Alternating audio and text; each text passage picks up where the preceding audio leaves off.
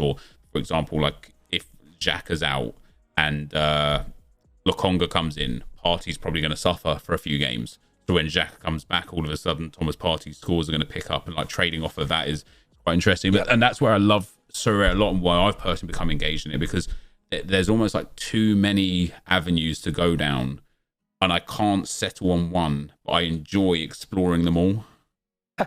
So I've kind of got, in terms of that, so when you say that, sorry, in case I'm talking about the wrong thing, do you mean like in terms of what competitions you want to enter or what cards you want to buy? Literally all of it. Whether I don't know if I want to trade. Like when I first came on the site, I just randomly went and bought about 30 limited rookies, and I just thought, yeah, let me just hold on to these. And then, you know, some of them went up massively. I bought Kujakov, the goalkeeper that replaced Guilherme, and so he went up like 300x. So I sold him for a nice profit. Got a few other guys that sold off, and because of the general kind of influx of people at the bottom end of the limited market, a lot of my commons that I picked up anyway have like 3x, 4x, and 5x. So I kind of sold them off for a bit of profit. But I don't know if I thought as well, like I was looking at trading percentages on open offers on the market versus players that have just been injured or, you know, have a suspension, or players that are look to have a fortunate run of games, or for example now, you know, the Pro League is about to split, and the bottom half of the teams are about to have no games in about another 5 or 6 game weeks. And so I'm like, do I want to now just go heavy on the rares in the Pro League because they're going to be dumped because they've got no utility for the moment? But then the concern is that SoRare changed something and I'm left, you know, holding a bunch of dead wood that I can't shift when it comes back. It's really difficult to navigate, really.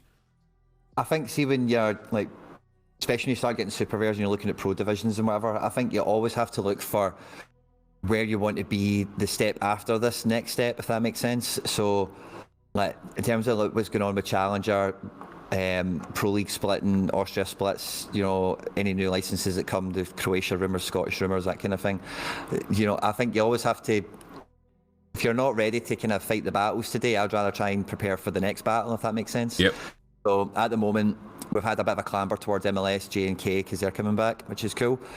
Challenger, it's always vibrant. Challenger's the best region for anyone who's new, because you're likely going to come across a team, a player, somebody who you have some sort of familiarity with, that you can get some sort of connection with early on. Like, oh yeah, that guy used to play for Arsenal 6 years ago, or, you know, whatever. So yeah, Challenger's always good for that. But Champion Euro, the now, is really taken, for me anyway, a bit of a hammering at super rares in particular. So if you're like looking to play pros and stuff like that, I think there's massive value in the. And because the reason they're going down in value now, of course, is they're all getting to the business end of the season. They've probably got circa, let's say, 10 games left of their season each, something like that. And, you know, supply for the most part is probably around 50%, and a lot of the super rares, maybe about 30%. And most people now are looking for what's going to play for the next 5 months, 6 months, that kind of thing.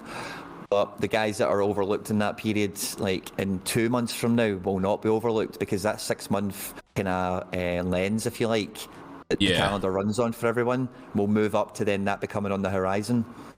So especially, and again, the good thing about shopping there now is, if you could hit the subscribe button, I do daily videos on SoRare, everything from hints, tips and tricks all the way through to live streams and tips on cheap players to buy.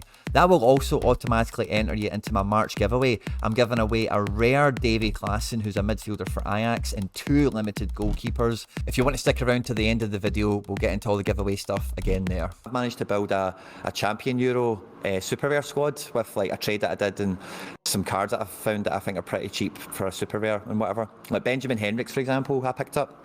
And this kind of ties back into what you were saying earlier. So I watch a lot of Leipzig, and this guy's played every game under the new manager. He's played centre mid, right mid, left back. The guy rates him a lot.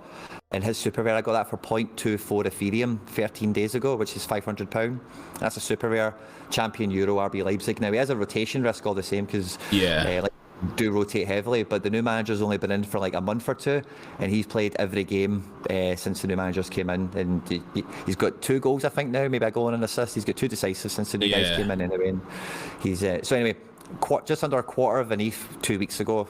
ETH's a wee bit cheaper now, so if you can still find one at that price, you'll be doing well. But again, people won't look at a guy like that who is maybe a wee bit of a rotation risk on the surface, but knowing that detail of new manager in, this is his system, he's played every game for him so far, yada yada. That's super rare. I could play that in All-Star, I can play that in Champion, and Champion's a good division to have like a decent super rare defender for, you know. Yeah. You should in midweeks, because they're still in Europe, that kind of thing can come in. So the Champion supers especially do get overlooked this kind of time of year, because it's just not optimal to be picking them up now. Yeah. You can still play them for a few game weeks, and if I win 2 or 3 things with him in it, then I'll see that as a win to bank me in for next season. Yeah, and that was kind of like my one of the views that I took. So I signed Christian Brawl super rare, and I honestly couldn't quite believe how cheap I got him based on his like L40. He's phenomenal, and I know he's got very limited chance of making it into the kind of split. There's some potential there, especially after they just won a tough game. But when I looked at him, I thought this seems a bit too easy to just be able to go and get a guy that's going to get me 100, 120 points each game week for that cheap, especially when I've picked up like limiteds like Kimmich and Muller, who aren't really doing that great, for double his price, triple his price. And so for like, I suppose one of the questions I have with regards to the super rare stuff and the pro side of things, well, when you say like you got to like understand what the next step is, for me the next thing is like yielding rewards. But I feel like Brawls is one of those purchases that I made at the start with the limiteds, where I'm like, okay, he looks good, but what's wrong? It's his age, that's it. It's his age and his club, that is all. And you'll get guys like this. When you started talking about Brawls on your video, when you picked him up, I was thinking, like, if you were motivated enough, the guy that's just like that for me is Ozil. Like, Ozil at Fenerbahce, like, if you can track him enough to know when he's going to play, he's brilliant. Yeah, I did look at him, but he just has so many injuries, doesn't he? And so many like absences. Yeah. Like, he hasn't played in the last 7 games now, which is probably actually a good time to pick him up, I suppose. If you know when he's going to play, he's still Mesut Ozil. And in Turkey, he's all about that life over there, being the hero and all that. Yeah. And so would you, like, I suppose... The problem with players like your Brawls and Leet Gibbs, the older players and Ozils and whatever, is people value them on, can I play them every week? Right. And in that respect, like, Brawls is a yes for now, but in 2 years from now is probably a no. Ozil is kind of intermittent, so there's a few of those variables knocking about. But guys like Ozil, for example, I wouldn't mind picking them up, because the expectation for a guy like that, for me, isn't, I'm going to play him every week and he's my pro midfielder. It's more like, he's a guy that's up my sleeve, and when I know he's playing and Fenerbahce are going to run somebody over, then that week I will do well. And that might happen twice a year, 3 times a year. But realistically, how many times do people really win? You know what I mean? People buy cards expecting to win every week, or having a chance to win every week, but sometimes you need to just pick your battles and accept, I'm going for it when these 2 guys are on. Yeah, oh, absolutely. And that is one of the things that has kind of really been impactful for me. Is I used to play Football Manager all the time 10, 15 years ago, and I loved watching football because of it. And I kind of fell out of, I don't want to say I didn't watch football, but I fell out of that love of football, of like just wanting to watch every game. But now with SoRare, it's like every single time I've got a player in a team, I just want to watch football, and it's less about am I going to win or not, but more about that whole just like, okay, I'm connected to this player now, like I want to see him do well. And that doesn't matter whether that's for a limited team to try and get a tier 3, or, you know, the rare pro to try and get a tier 1. It's the passion for him to do well is the same, which is quite interesting. Yeah, I totally agree. And that was something this, I grew up on Football Manager as well as a kid. You know, as soon as I got a laptop, that was the only thing. We bit of Command and Conquer, don't get me wrong, but by and large, just Football Manager. And I totally get that as well, because for me, it comes back to the Ultimate Team thing again. Is that, and I said, you know, I joined SoRare when there was only like 1,000 users or whatever, and I remember after like 6 months or something, after like all the big licenses came on, like Real Madrid and everything, I sent Nicholas Julia, the guy that runs the company, I sent him a message. Basically, and I've never said this to anyone, I don't think, but like, I sent him a message saying like, thanks very much for making like the game I've been looking for my whole life, you know. And you know, we had a nice week in a chat, and it was lovely and everything. Football Manager scratches a little bit of this itch that SoRare gives you. Ultimate Team scratched another little bit in a different way, and other things I've been involved in the past, alternative gambling platforms, scratched that itch in a little bit of a way. But the reason I've always been so bullish on this and had so much fun with it is nothing's got anywhere near scratching that itch like this does. In terms of that connection to, like, I picked this guy, I found him, I watch him every week, I know him.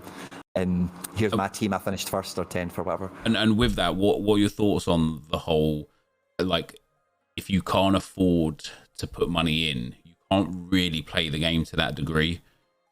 Like, like I know You'll Never Walk Alone was very kind of anti more rewards for free-to-play players, because it takes away from the fact that the pay-to-play players then there's less money coming onto the platform. You know, I think from a purely business outlook, he thinks that if somebody doesn't come to the platform because it's free to play, they wouldn't have come and spent money anyway, so you're not really losing out. But I certainly would love the ability for people to have the option to just play more in some fashion or another, rather than setting your common line up and then disappearing again.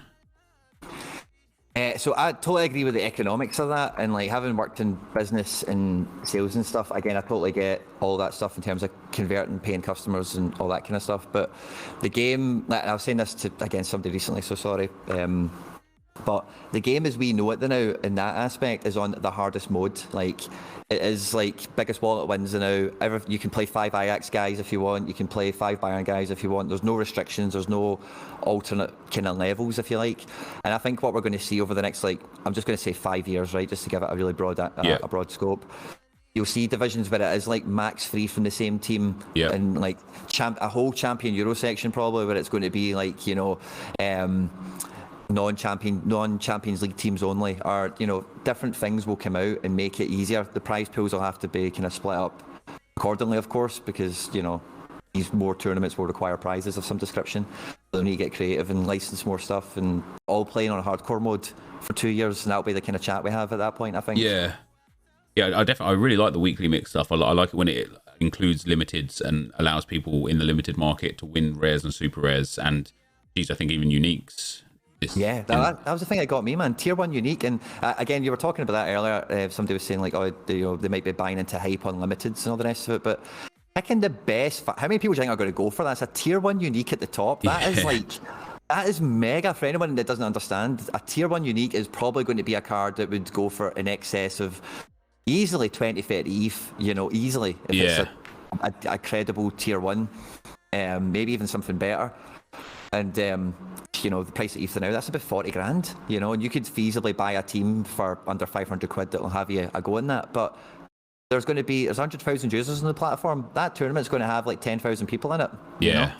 Picking the best 5 is not going to be that easy of going, oh, it's obviously this guy, you know. Yeah, absolutely. Yeah, because you have your outliers that just randomly get your 100 points, like, and that's where the choices, XP, you know. it all becomes super, super valuable at that point. And so, but like for my account, for me personally, I don't know if you've looked at my super rares at all. I feel like they're good choices. They might not be, but so how do I bridge that gap between, I know what I'm talking about, I know I can buy competent players for rares, but for me to invest that into super rares, okay, it's a risk, but I've got the disposable income to go and buy a super rare Lewandowski or a super rare somebody else that's going to hit 70, 80 points per game. But it's just one of those things where even now, with the amount I've invested, I'm still tentative. I want to start yielding money back. When you look at those players and look at the account I have, do you see an account that's like, okay, I should be winning rares week in, week out? Or do you see an account that's like, you've got a lot of money, but not a lot of sense? I see, especially as I scroll back towards the bottom of page 1 and onto page 2, like a lot of solid pickups, you know, the ones you've had a bit longer, certainly. With the super rares, I would definitely describe these guys as like base level, like pro level super rares, where like if you know these guys, like your Brules at 32, you will be a differential with him, because there's probably not many super rares of this guy even knocking about, never mind many people playing them. And if he can back, you know, and so point being is these guys will definitely have you punching in pro, and the rares are going to, so when you get to this stage of first getting super rares to go for pro, right, the super rares for me have to be the way I look at it is the super rare has to facilitate my best rares. So I need to have rares that can go and bang 75 plus to go into pro. That's the first step. And then from there, what I hope for the super rare and the multiplier that they carry is basically, and I think you said it on your videos when you were picking up super rares, is like an extra captain.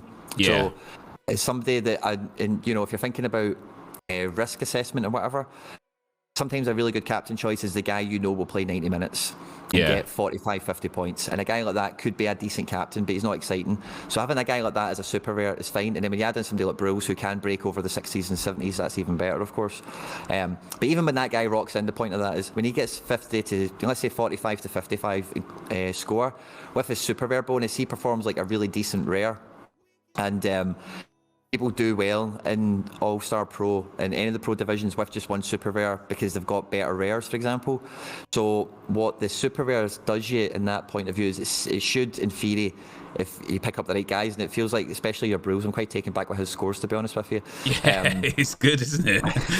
Yeah, that should be cheaper than... So the net score that he picks up, let's say he bangs in a 61, and then with his 30% multiplier, that finishes up with 80.